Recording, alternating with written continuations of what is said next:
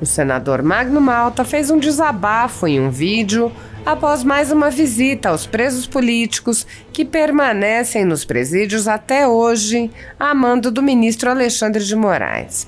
O senador relatou que havia passado a tarde orando com as presas, levando uma palavra de esperança.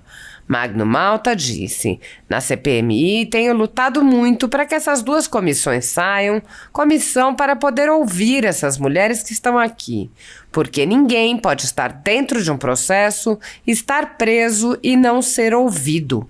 Isso não faz o menor sentido. O senador explicou que pediu a formação de comissões para ouvir os presos ao presidente da CPMI, deputado Arthur Maia, e à relatora, senadora Elisiane Gama. Ele disse: esta semana eu até apelei ao sentimento cristão dela, à formação cristã dela. Magno Malta lembrou que há muitos que já foram para seus estados e devem ser ouvidos, mas há os que estão presos em Brasília e podem ser visitados pela CPMI. Magno Malta questionou a omissão completa das comissões de direitos humanos do Congresso. Ele perguntou: que comissão de direitos humanos é essa?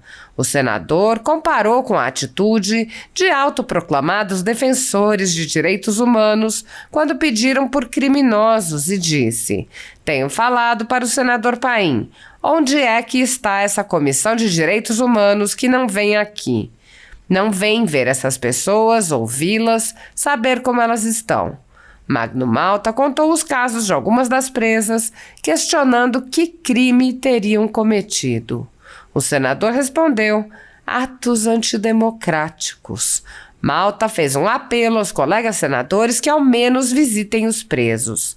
Ele disse: eu quero fazer um apelo aos senadores do Brasil inteiro. Tem gente do estado de vocês. Pelo amor de Deus, vocês se elegeram com essa gente na rua, pelo amor de Deus. Venham visitar eles, faz um ofício ao ministro Alexandre de Moraes e venham aqui. Na conjuntura jurídica atual do Brasil, muitas pessoas estão sendo tratadas como subcidadãos, sendo perseguidas implacavelmente por medidas judiciais invasivas e arbitrárias, sem direito razoável ao contraditório e à ampla defesa, pelo simples motivo de terem manifestado apoio ao ex-presidente Jair Bolsonaro. Por expressarem suas opiniões, são alvo de CPIs, de inquéritos secretos, conduzidos pelo ministro Alexandre de Moraes no Supremo Tribunal Federal, ou são vítimas de medidas arbitrárias, como prisões políticas, apreensão de bens, exposição indevida de dados, entre outras. Mesmo face à escalada de arbitrariedades, o Senado brasileiro segue inerte.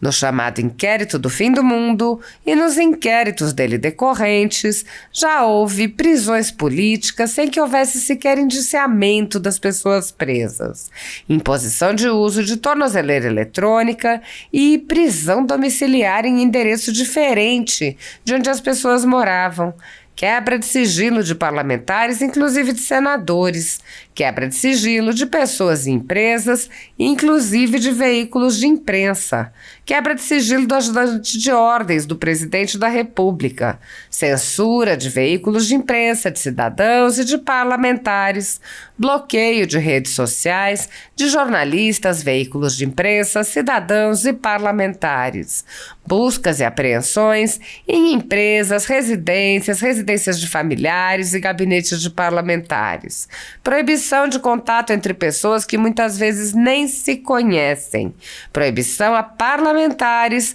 de concederem entrevistas e de participarem de eventos públicos, intervenções no comando de partido político, confiscos, prisões em massa, inclusive de idosos e crianças, entre outras. A totalidade da renda da Folha Política, assim como de outros canais e sites conservadores, está sendo confiscada a mando do ministro Luiz Felipe Salomão, ex-corregedor do TSE, com apoio e aplauso dos ministros Luiz Roberto Barroso, Alexandre de Moraes e Edson Fachin. A medida se soma a outras já tomadas contra o jornal, como a apreensão de todos os equipamentos a mando do ministro Alexandre de Moraes em inquérito que foi arquivado por falta de indícios de crime. Se você apoia o trabalho da Folha Política e pode nos ajudar a continuar nosso trabalho, doe qualquer valor à empresa Raposo Fernandes através do Pix, usando o QR Code que está visível na tela ou com o código ajude@folhapolitica.org. Caso prefira transferência ou depósito, a conta da empresa Raposo Fernandes está disponível na descrição deste vídeo e no comentário fixado no topo. Há 10 anos, a Folha Política vem mostrando os eventos da política brasileira e dando voz a pessoas que o cartel midiático quer manter invisíveis. Pix ajude@folhapolitica.org. Assista. Oi pessoal, estou saindo da colmeia. Eu cheguei aqui por volta de 1h da tarde. Estou saindo agora, né? Muito bem atendido pelos policiais penais, pelas diretoras, doutora Camila, doutora Ana, como sempre, né? E fiquei esse tempo aí com esses patriotas. Eu até esse momento não compreendo. Aí você pergunta, fazendo o quê? Levando uma palavra de esperança. Eu estou na CPMI e tenho lutado muito, né, para que essas duas comissões saiam. Comissão para poder ouvir essas mulheres que estão aqui, né, porque ninguém pode estar dentro de um processo, estar preso e não ser ouvido, não tem a menor lógica. Tenho discutido isso com o deputado Arthur Maia, com a deputada, a senadora Elisiane Gama, e até essa semana eu apelei o sentimento cristão dela, né, para a formação dela, cristã dela, né, e outro grupo também na Papuda, para poder ouvir, e também as pessoas que foram embora, mas como esses estão presos, que a CPMI vem aqui, que também a Comissão de Direitos Humanos, que Comissão de Direitos Humanos é essa, que vai para a porta de cadeia? Vocês se lembram que o Lula, que o Suplicy fez greve de fome quando os caras sequestraram a Bíblia Diniz? O Lula disse que eram uns meninos, umas crianças que sequestraram a Bíblia Diniz, quer dizer, eles vão para a posse do presídio, faz greve de fome, quer dizer, bandido pode ter esse tipo de direitos humanos. A Comissão de Direitos Humanos, eu tenho falado com o senador Paim, né? Onde é que está a Comissão de Direitos Humanos? Que não vem ver as condições, vem ver essas pessoas, ouvi-las, saber como elas estão e tal. Assim, eu saio confortado que elas são muito fortes, né? O útero faz toda a diferença, assim. E eu fico, tem hora ali, assim, esse tempo todo, assim, em duas alas, e as ouvindo, e sei, tão distante de filhos, distante de esposo, distante de pais. A menina de 31 anos, não tem filho, não tem visita, mas fala nos pais. O marido tá preso, a mulher também tá presa e tal. Dizendo, meu Deus, que banco que eles arrombaram, né? Que terra que eles invadiram, qual foi o caixa eletrônico que explodiram, né? Assim, quem eles mataram, em quem eles botou fogo. Você não encontra, né? Porque é ato antidemocrático. Assim, mas eu confio em Deus, viu, gente? Sai daqui cada vez mais confiando em Deus, de que há um momento, assim, num estalo vai ter que aparecer, a justiça vai ter que estabelecer e se instalar, né? Estou visitando aqui, eu oficio ao Supremo Tribunal Federal, e aí vem a autorização, eu entro aqui, né? E agradeço a Deus por ter tido o prazer de orar nessa sexta-feira, pedindo a Deus juntamente com elas, cantando e louvando a Deus e buscando em Deus forças, resignação e pedindo a Deus acima de tudo justiça. Estou saindo aqui e dizer a vocês que estão longe, estão no Brasil inteiro, mas que tem um familiar, uma mãe presa aqui, uma tia, alguém do seu estado, né, que eles estão bem, assim, fisicamente, né, e é verdade que o psicológico sempre está abalado, o emocional, mas estão bem, com a graça de Deus. Tá bom, gente? Eu quero fazer um apelo aos senadores e senadoras do Brasil inteiro. Tem gente aqui do estado de vocês, pelo amor de Deus, deputados, vocês se elegeram com essa gente na rua, pelo amor de Deus, né? Vem visitar eles. Pô, faz um ofício ao Supremo Tribunal Federal, faz um ofício a quem está comandando um inquérito, ao ministro Alexandre de Moraes, e venham aqui, né? Bom, que Deus abençoe todo mundo aí. Senhor presidente, senhores deputados, deputadas, senhoras senadoras, senhores senadores, quero agradecer aos nossos amigos, o doutor Leonardo, doutor... Leia os outros nomes ainda aqui, porque daqui está meio... Renato e Valdir. Doutor Renato e doutor Valdir. Doutor Valdir. Valdir Pires está com saudade. Não esqueço nunca. Governador da minha terra. Senhor presidente, nessa mesma linha do senador Marco Rogério, seja bem-vindo, que brilhantemente expõe o que pensa, é o que penso. Todos nós deveríamos estar aqui no mesmo espírito. O espírito de que queremos que a verdade seja revelada a fim de que se estabeleça a justiça. Nós estamos ouvindo esses peritos e em seguida ouviremos alguém que já está preso e com uma sentença.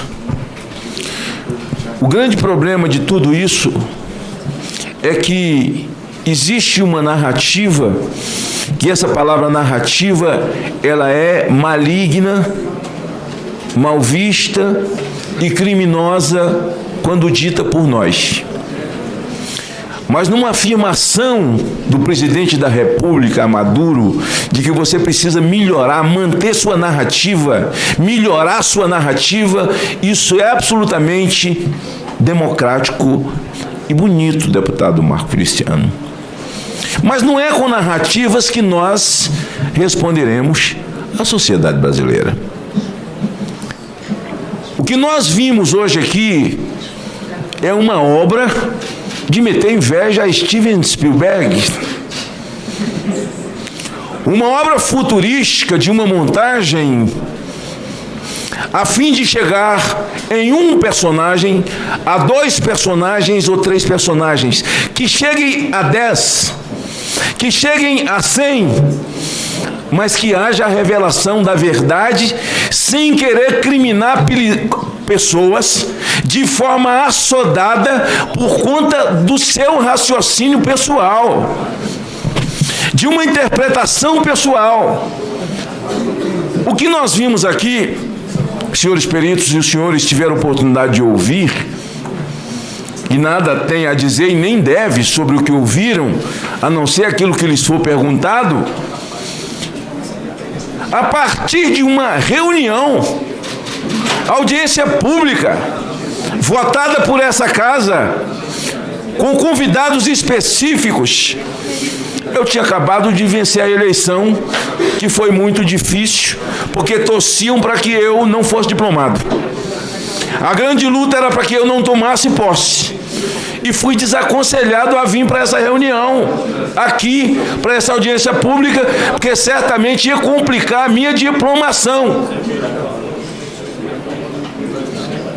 Mas entendendo que eu não posso fugir do meu dever, e dizia o senador Jorge Seif quando eu entrei aqui, não é porque palavras de ordem dentro da nossa crença, do que acreditamos, Deus, pátria, família e liberdade. Eu tenho uma luta, uma história, tirando gente da rua, ou a minha luta contra as drogas e contra o aborto é coisa nova. Não é coisa nova, é coisa muito antiga.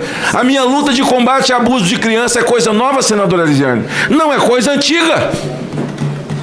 As leis que o país tem hoje, que opera, as grandes operações contra pedófilo, caíram do céu ontem? Não. É de 2007, CPI da pedofilia.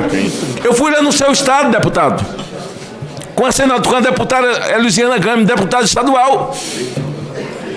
Todo mundo conhece. Agora, aquilo que eu falo, aquilo que eu prego, o fato de eu ser armamentista, quer dizer que o fato de eu ser implica que outras pessoas cometam crime de forma isolada, saindo da regra para a exceção, e essa exceção violenta, criminosa, que nós condenamos. Não somos uma fábrica de criminosos Dentro de casa você cria seus filhos bem criados, de repente você descobre que um deles está envolvido com crime. Tem culpa esse pai? Não. Tem culpa essa mãe? Não. Você cria um filho bem criado, daí a pouco você descobre que ele está roubando. Isso acontece dentro de uma família. Está usando drogas. Entrou para o mundo do crime. Ora, a minha palavra, e eu, senhor presidente, protocolei antes de encerrarmos, antes de Vossa Excelência suspender para o almoço, assinado por mim, pelo senador Girão. Eu estava aqui naquela audiência pública, tirei foto não tão somente com o Jorge Washington, que eu vim saber o nome depois. Todo mundo que me pediu para tirar foto, aliás, eu estou vindo da rua, e graças a Deus eu posso andar na rua, e todo mundo pede para tirar foto. Vim aqui no corredor, tirei foto com todo mundo. Eu sou vereador do Acre, eu sou vereador de Rondônia, eu sou vereador do Rio, eu sou não sei o quê, quero tirar uma foto com você, vamos tirar. Eu vou lá escolher e pedir carteira de identidade para saber quem é bandido, quem não é bandido, deputada Laura. Nós tivemos no Acre, só lá que o povo não tirou foto com a gente, porque estava todo mundo com medo, trancado dentro de casa, com medo de Delbrando Pascoal.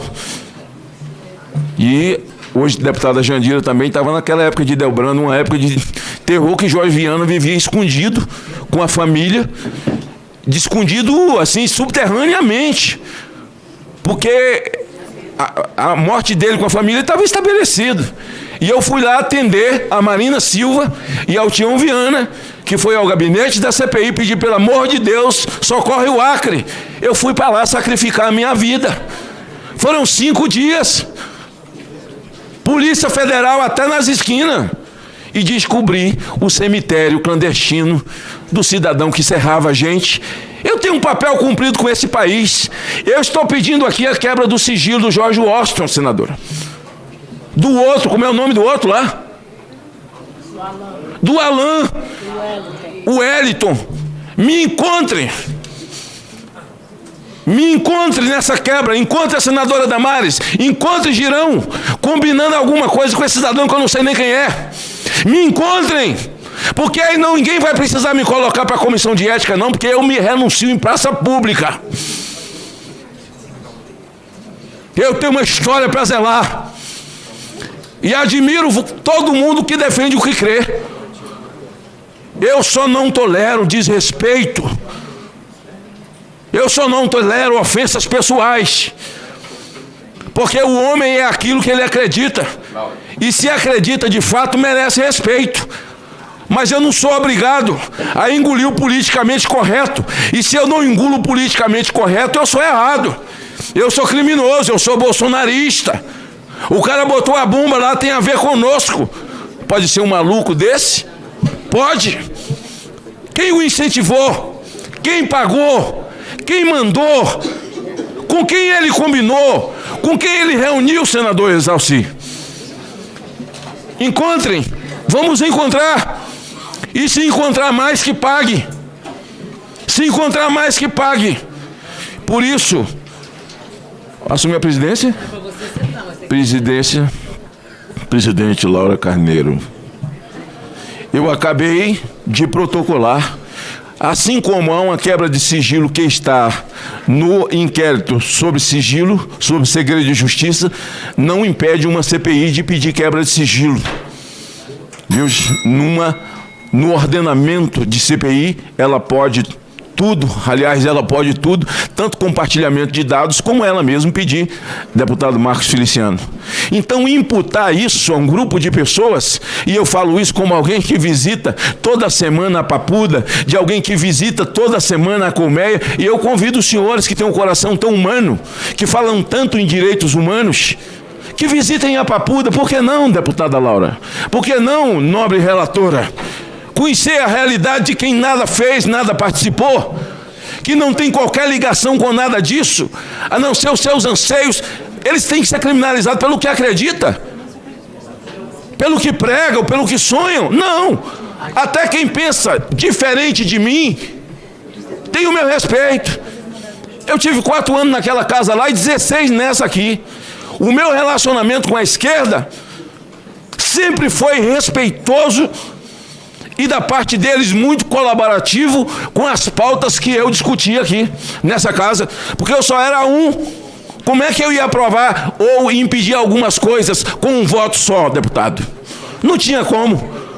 Aos senhores, eu quero, no encerramento do meu tempo, nesses 30 segundos, porque já encerrou, parabenizá-los pelo trabalho e pela clareza e a dignidade com que coloca as coisas.